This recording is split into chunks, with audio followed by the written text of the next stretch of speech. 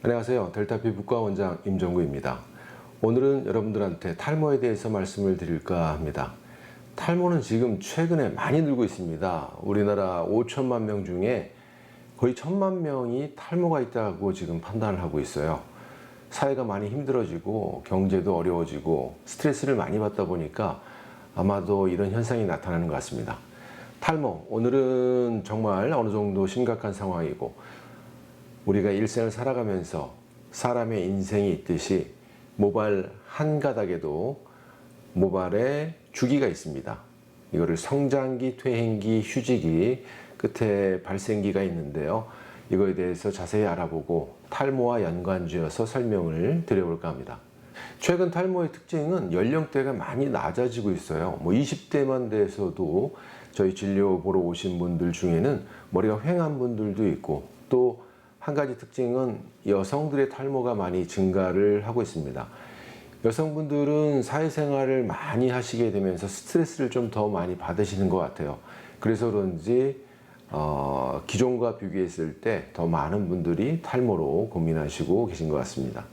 모발은 성장기를 거치면서 많이 자랍니다. 성장기, 그 이름에서도 알 수 있듯이 모발이 점점점 자라서 이제 퇴행기를 거치는데, 퇴행기는 축소되는 거죠.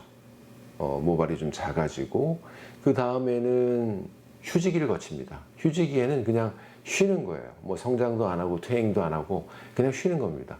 쉬면서 두피에 살짝 붙어 있는 정도라고 생각하시면 되고, 이 휴지기가 끝날 때쯤에 발생기라는 짧은 시기가 시작되면서 다시 모발은 성장기, 퇴행기, 그리고 휴지기, 이런 사이클을 통해서 모발은 변해가게 됩니다.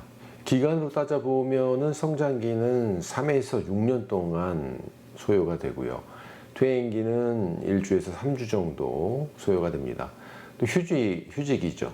휴지기는 3 내지 6개월간을 거치면서 모발의 전체적인 한 사이클이 종료를 하게 됩니다. 자, 그러면 우리 머릿속의 분포를 한번 생각해 볼게요. 전체적으로 80%에서 90%는 성장기 모발입니다. 대부분이죠. 대부분은 왕성하게 자라고 있는 성장기 모발이 되겠습니다. 이 중에서 아주 소량 1%에서 3% 정도가 퇴행기, 즉 이제 축소하고 있는 그러한 과정의 모발이 되겠습니다.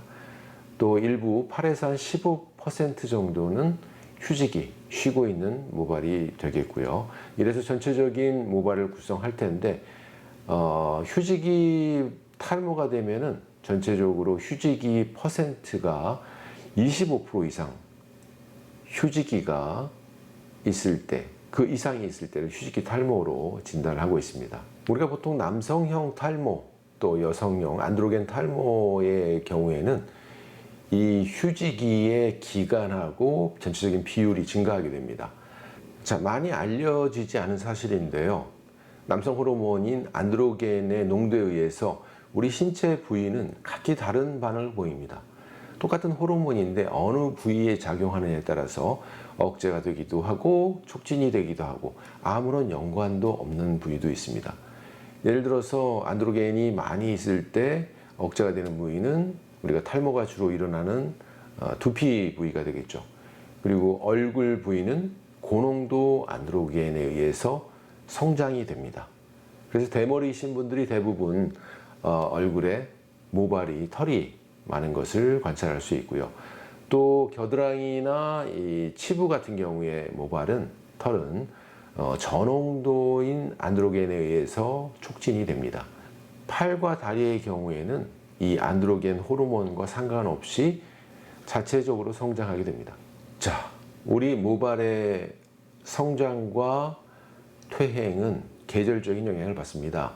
그래서 초여름, 봄, 초여름에는 성장이 많이 촉진이 되는 모습을 보여주고요. 가을 같은 경우에는 점차 탈모를 유발하는 그러한 계절적인 변화를 보이게 됩니다. 우리 모발의 성장은 식습관에도 영향을 많이 받고 있습니다. 특히 고기를 즐겨 먹는 서구화된 식습관의 경우에는 우리 몸에서 호르몬 변화를 일으켜서 탈모를 많이 유발하는 것으로 잘 알려져 있습니다. 남성형 탈모와는 다르게 여성형 탈모는 이 전두부의 헤어라인은 잘 유지가 되죠. 그렇지만 후두부와 정수리 이 부위에 모발이 점점 빠지면서 숫자가 감소하는 특징을 보이게 됩니다. 최근 들어서 탈모 환자가 많이 증가하고 있다고 처음에 말씀을 드렸는데요. 여러 가지 원인에 의해서 나타난 현상이라고 생각이 됩니다. 다만 탈모를 방치하시면 정말 돌이킬 수 없는 결과를 가져올 수 있어요. 특히나 젊은 나이에 탈모가 심하게 진행이 됐을 때 그 상실감은 잘 알고 있는 지인이 진짜 사망한 것과 같은 스트레스를 받는 정도라고 하니까요. 방치하지 마시고 탈모가 있을 때는 가까운 피부과에서 충분히 상담 받으시고 여러 가지 시술과 먹는 약과 방법이 강구되어 있습니다. 최악의 경우에는 모발 이식도 할 수 있기 때문에 너무 걱정하지 마시고 충분히 상담하시고 치료를 진행하시면 되겠습니다. 지금까지 모발과 탈모에 대해서 델타 피부과 원장 임종구였습니다. 감사합니다.